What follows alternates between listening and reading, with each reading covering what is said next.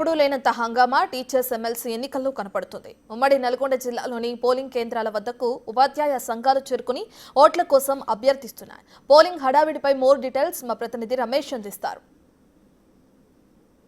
MLC ఎన్నికల polling కొనసాగుతుంది. గతంలో ఎప్పుడూ లేనంత విధంగా టీచర్స్ ఎమ్మెల్సీ ఎన్నికల్లో కోలాహలంగా మారిందని చెప్పవచ్చు. ప్రచారం కూడా గతంలో మనం చూడడం జరిగింది. చాలా ఎమ్మెల్సీ ఎన్నికల్లో ఎలాంటి హంగు ఆర్భాటాలు లేకుండా ఉండేవి, కానీ ఈసారి అందుకు భిన్నంగా కొనసాగుతుంది.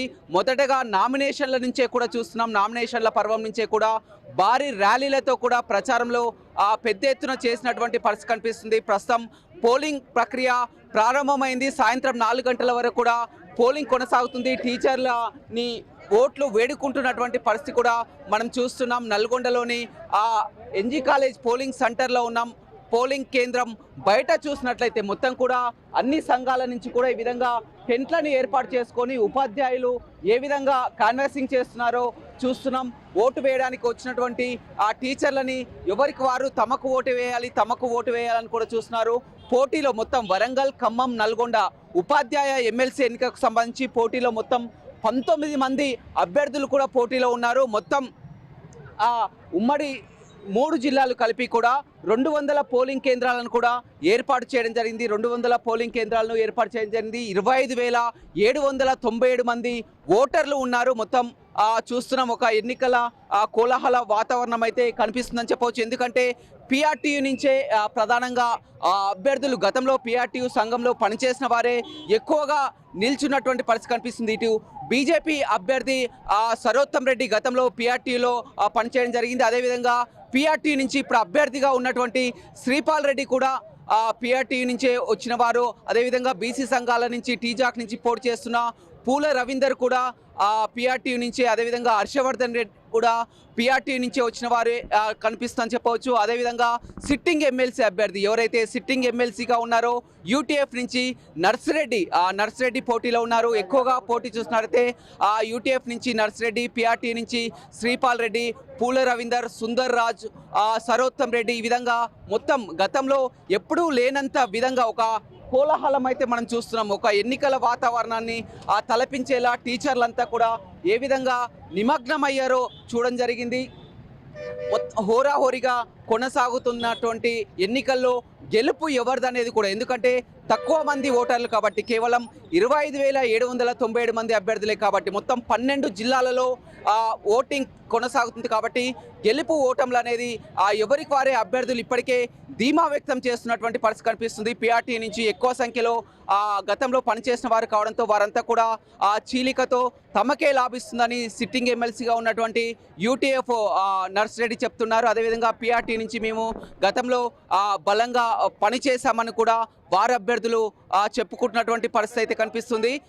ఏది ఏమైనప్పటికీ ఒక వాతావరణం అయితే మనం చూస్తున్నాం. ఎన్నికల వాతావరణం పోలింగ్ కేంద్రం బయట మొత్తం భారీగా ఎక్కడికక్కడ అన్ని సంఘాలు కూడా మోహరించి కూడా తమ అభ్యర్థులకి ఓటు వేయాలని కూడా చెప్పుకుంటున్నటువంటి పరిస్థితి కనిపిస్తుంది. గతంలో టీచర్స్ ఎమ్మెల్సీ అంటే చాలా హంగు ఆర్భాటాలు లేకుండా చాలా కామ్గా ఓటింగ్ ప్రక్రియ కొనసాగేది. కానీ రాజకీయ నేతలకు మించేలా కూడా నామినేషన్ అప్పుడు కూడా చూడడం జరిగింది. నామినేషన్ సమయంలో చూసినట్లయితే ఉమ్మడి 3 జిల్లాల నుంచి కూడా పెద్ద ఎత్తున కూడా ర్యాలీగా ఎవరికి వారు పోటీగా ర్యాలీలు తీసినటువంటి పరిస్థితి కనిపిస్తుంది. అదేవిధంగా డబ్బుల ప్రవాహం కూడా గతంలో టీచర్స్ ఎమ్మెల్సీ ఎన్నికలంటే కేవలం అభ్యర్థిని చూసి వారి సంఘాలకు మద్దతుగా ఓట్లు వేశారు. కానీ ఈ గతంలో కాకుండా ఈసారి పెద్ద ఎత్తున డబ్బుల ప్రవాహం అయితే కొనసాగిందని చెప్పవచ్చు. వాట్సాప్లో కూడా సర్క్యులేట్ చేయడం జరిగింది. స్క్రీన్ షాట్లు కూడా పెట్టి ఓటుకు 2 నుంచి 3 వేల వరకు కూడా డబ్బులు పంచుతున్నారని కూడా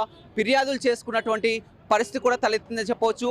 ఓవరాల్గా చూసుకుంటే రిటర్నింగ్ అధికారిగా ఏదైతే ఉందో నల్గొండ కలెక్టరే 12 జిల్లాలకు సంబంధించి 3 ఉమ్మడి జిల్లాలకు సంబంధించి కూడా రిటర్నింగ్ అధికారిగా నల్గొండ కలెక్టర్ ఇలా త్రిపాఠి వ్యవహరిస్తున్నారు. మొత్తం అన్ని జిల్లాలను కూడా మానిటరింగ్ చేసుకుంటూ కూడా ఎప్పటికప్పుడు పరిస్థితిని సమీక్షిస్తున్నారు. అదేవిధంగా పోలింగ్ ముగిసిన తర్వాత సాయంత్రం 4 గంటలకు పోలింగ్ ముగిసిన తర్వాత ఈ 12 జిల్లాల నుంచి కూడా మొత్తం అంతా బ్యాలెట్ బాక్స్లన్నీ కూడా నల్గొండ కేంద్రానికి రావాల్సి ఉంటుంది. ఎందుకంటే ఇక్కడే కౌంటింగ్ ప్రక్రియ ఉంటుంది. 3వ తారీఖు కౌంటింగ్ ప్రక్రియ ఉంటుంది కాబట్టి దూర ప్రాంతాల నుంచి కూడా బ్యాలెట్ బాక్సులన్నీ కూడా ఇక్కడ ఆర్జాల బావిలోని గోడం వద్దకు రావాల్సి ఉంటుంది. పోలీసులు కూడా భారీగా భద్రతను ఏర్పాటు చేయడం జరిగింది. ఆ సెంట్రల్ బలగాలు కూడా పోలింగ్ కేంద్రం వద్ద మోహరించినటువంటి పరిస్థితి కనిపిస్తుంది. మొత్తం ఒక ఎన్నికలని తలపించేలా కోలాహలమైనటువంటి వాతావరణం ఉంది. చాలా వరకు దీన్ని ప్రెస్టేజ్గా తీసుకున్నటువంటి టీచర్స్ మాత్రం చాలా ప్రెస్టేజ్గా తీసుకున్నారు. ఎందుకంటే గతంలో చూసినట్లయితే ఇక్కడ పనిచేసినటువంటి ఉపాధ్యాయులు చాలా వరకు సమస్యలపై ఇంకా జీవోలపై కూడా ట్రాన్స్ఫర్లపై కూడా తామంటే తాము పోరాటం చేశామని ఎవరికి వారు ప్రచారం చేసుకుంటున్నటువంటి పరిస్థితి అయితే కనిపిస్తుందని చూడొచ్చు. మనం ఇటు చూస్తున్నాం, ఒక సంఘానికి సంబంధించిన వారంతా కూడా వారు ఉంటారు. పోలీసులు కూడా టీచర్లు కూడా మీరు ఉండి కూడా ఈ విధంగా డిసిప్లిన్ పాటించాలి, మీరు కూడా చెప్పించుకోవద్దని కూడా టీచర్లని పోలీసులు చెప్తున్నటువంటి పరిస్థితి కనిపిస్తుంది. గుంపులుగా ఉండొద్దు, 144 సెక్షన్ అమల్లో ఉంది. ఒక టీచర్లు అయినటువంటి వారు మీరు ఈ విధంగా ఇంత కోలాహలంగా చెప్పడం సరైనది కాదని కూడా చెప్తున్నటువంటి పరిస్థితి కనిపిస్తుంది. మనం చూడొచ్చు పోలింగ్ కేంద్రం బయట చూసినట్లయితే పరిస్థితిని మనం పోలింగ్ కేంద్రం బయట చూస్తున్నాం. మొత్తం ఎక్కడికక్కడ వారంతా మద్దతుగా టెంట్లు వేసుకొని వారి యొక్క